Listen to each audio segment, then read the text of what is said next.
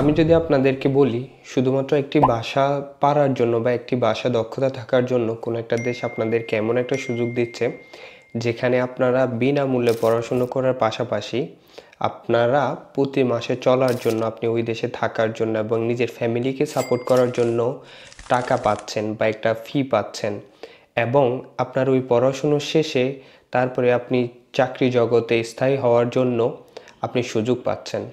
তার পাশাপাশি আপনি আপনার চাকরি জগৎ সহ ওই দেশে সেটেলড হওয়ার জন্য ওই দেশের নাগরিকত্ব পাওয়ার জন্য সুযোগ পাচ্ছেন শুধুমাত্র ওই দেশের একটা ভাষার দক্ষতার জন্য। তাহলে কে না ওই দেশে যেতে চাইবে? আর ওইরকম একটা সুযোগই জার্মানি সহ অনেকগুলো দেশ দিচ্ছে বর্তমানে, জাপান, কোরিয়া, এই সকল দেশগুলো।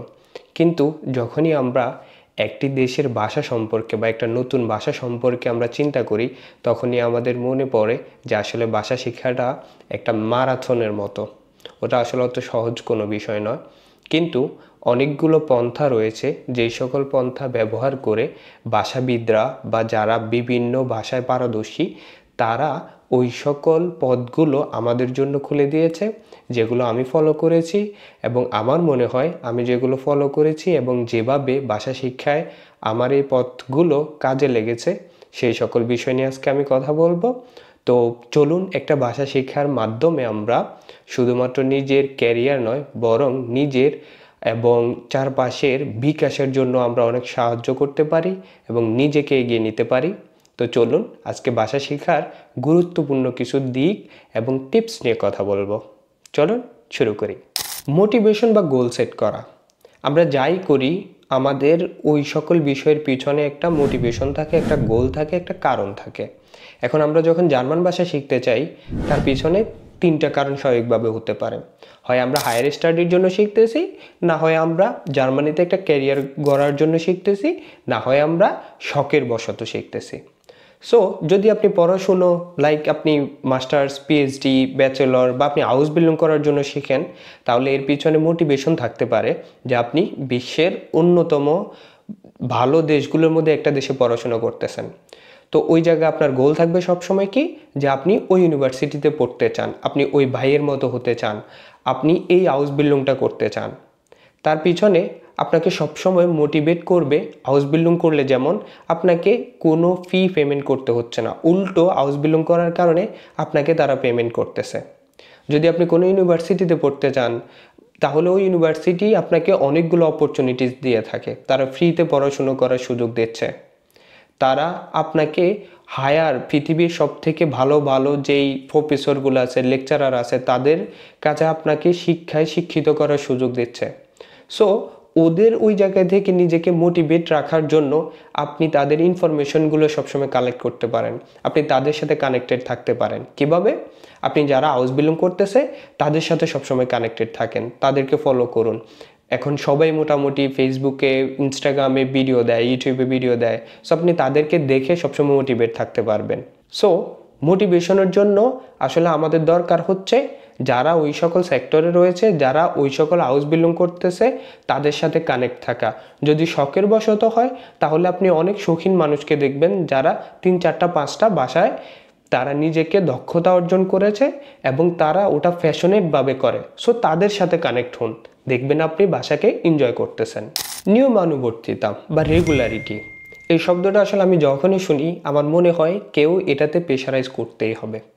হয় আপনি নিজেকে নিজে করবেন, না হয় চারপাশের মানুষ দ্বারা, কোনো একটা বিষয়বস্তু দ্বারা। আর আমরা আসলে নিজেকে নিজে স্বাভাবিকভাবে বেশিরভাগ সময় নিয়মানুবর্তিতার মধ্যে রাখতে পারি না। তার জন্য উপরস্থ কেউ থাকতে হয় যেই আমাদেরকে সেই নিয়মানুবর্তিতার মধ্যে রাখে। সো জার্মান ভাষাটা শেখার জন্য আমি মনে করি একটা কোর্স খুবই খুবই জরুরি। কারণ আমি নিজেও B2টা আমরা সবাই মিলে 5-6 বার করতে চেয়েছি, কারণ B2-র ভালো কোনো মেন্টর পাই নাই, B2 আমি নিজে নিজে করতে হয়েছে। সো আমরা সবসময় ট্রাই করেছিলাম যে সবাই নিয়মানুবর্তিতার মধ্যে থাকবো, সবাই প্রত্যেক দিন জয়েন হবো, একই সময় প্র্যাকটিস করব। বাট আসলে ওই B2 কোর্সটা আমাদেরকে 5-6টা কোর্স করে 5-6টা আলাদা আলাদা গ্রুপ করে তারপরে শিখতে হয়েছে, কারণ আমরা নিজেকে নিজে নিয়মের ভিতরে রাখতে পারি না। আর যখনই আমরা নিয়মের ভিতরে রাখতে পারি না তখনই আমরা মোটিভেশন হারিয়ে ফেলি, আমরা আর শিখতে চাই না। সো আমার মতে আপনাদের উচিত হচ্ছে যে কোনো জায়গায় একটা কোর্স এনরোল করা। কোর্স এনরোল করলে তখন হবে কি, আপনি একটা নিয়মের ভিতরে থাকবেন। আপনি সপ্তাহে 3 দিন 4 দিন যে কোনো একটা সময় আপনাকে ক্লাসে জয়েন দিতে হবে, ক্লাস করতে হবে, হোমওয়ার্ক করতে হবে। ওই জায়গায় আবার একটা কম্পিটিশন, প্রতিযোগিতা কাজ করে যে ও একটু ভালো পারে, আমি খুবই কম পারি, ও শ্রাইবেনে ভালো, ও স্পিকিংয়ে ভালো, আমি সেটা পারতেছি না। তখন কিন্তু আপনার ভিতরে একটা চাপ কাজ করে। আর আমরা পৃথিবীতে চাপের মধ্যেই ভালো করি আসলে। যখন আমাদেরকে ফ্রাই হাইট বা ফ্রিডম দিয়ে দেওয়া হয়, আমরা আসলে ভালো কিছু করতে পারি না।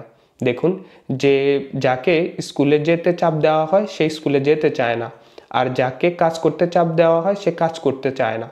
সো দুই ক্ষেত্রেই কিন্তু আমরা, যদি আমাদেরকে ফ্রিডম দেওয়া হয়, আমরা নষ্ট হয়ে যাই। সো আমাদেরকে একটু চাপ সব জায়গায় দরকার পড়ে। নিয়মানুবর্তিতা বা রেগুলারিটিটা আসলে একটা ভাষা শেখার জন্য খুবই গুরুত্বপূর্ণ। ভাষাকে অভ্যাসে রূপান্তর করা বা ভাষাতে মজা নিয়ে আসা। একটা ভাষাকে কিভাবে আমরা অভ্যাসে রূপান্তর করতে পারি? একটা ভাষাকে আমরা তখনই অভ্যাসে রূপান্তর করতে পারি যখন ওই জিনিসে, ওই ভাষায় আমরা মজা খুঁজে পাই। চিন্তা করে দেখুন, আমরা খেলতে কেন এত মজা পাই, বা আমরা কেন এত খেলতে চাই? কারণ সেখানে আমরা মজা পাই। পড়াশুনো কেন আমরা করতে চাই না? কারণ সেখানে আমরা মজা পাই না। আর যারা মজা পায় তারা পড়াশুনোতে সব থেকে ভালো করে। সো একটা ভাষা শেখায়, জার্মান ভাষা শেখায় কিভাবে আমরা মজা নিয়ে আসতে পারি। মজা আমরা এইভাবে নিয়ে আসতে পারি, সেটাকে আমরা অভ্যাসে রূপান্তর করতে পারি। কিভাবে অভ্যাসে রূপান্তর করতে পারি? আমরা দৈনন্দিন জীবনে যে কর্মকাণ্ডগুলো করি সেগুলোতে আমরা ভাষাকে নিয়ে আসা। কিভাবে? আমি একটা মুভি দেখতেছি বা আমি দুটো মুভি দেখতেছি, তার মধ্যে আমি একটা জার্মান রাখলাম। আমি একটা গান শুনতেছি, দুটো গান শুনতেছি, তার মধ্যে আমি একটা জার্মান নিয়ে আসলাম। আমি একটা পডকাস্ট শুনতেছি, দুটো পডকাস্ট শুনতেছি, আমরা দুটোর মধ্যে একটি পডকাস্ট জার্মান ভাষায় নিয়ে আসলাম। আমি সারাদিন বাংলা ভাষায় কথা বলি, সারাদিন আমি ইংরেজিতে কথা বলি। তাহলে ওই দিনের মধ্যে আমি অভ্যাসের মধ্যে আমি এটা নিয়ে আসি যে আমার দিনের অ্যাটলিস্ট আমি 2-4টা কথা, আমি 15টা 20টা কথায় আমি জার্মান ভাষাকে নিয়ে আসলাম। অভ্যাসে রূপান্তর করতে পারেন আবার এইভাবে, আমাকে যখন আমার আম্মু ডাকতো যে নাস্তা খেতে আয়, আমি তখন বলতাম জি আম্মু আসতেছি। তার পাশাপাশি আমি চিন্তা করতাম, আচ্ছা এই আনসারটা আমি কি ডয়েচে দিতে পারবো? জার্মান ভাষা আমাকে দেওয়ার এই সিস্টেমটা, এই যোগ্যতাটা কি আমার হয়েছে? আমি সবসময় ট্রাই করতাম, যাই করতেছে আমি মনে মনে চিন্তা করতাম, চেষ্টা করতাম সেটাকে ডয়েচে আনসার করার, ডয়েচে প্রশ্ন করার, যাতে আমার অভ্যাসে রূপান্তর হয়ে যায়, যাতে আমি বলতে না চেয়েও আমি ডয়েচে আমার মুখে চলে আসে, আমি বলতে পারি। সো অভ্যাসে রূপান্তর করা ভাষা শেখাকে অনেক সহজ করে দেয়।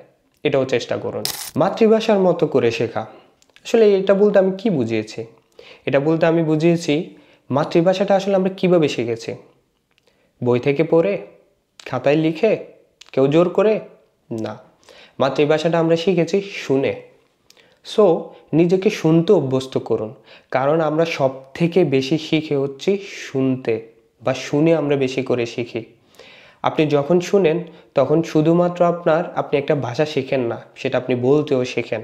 কিভাবে? সেটা আপনার কানের মধ্যে আপনার নার্ভগুলো আপনাকে বলে যে এই জিনিসটা তুমি শুনতেছ।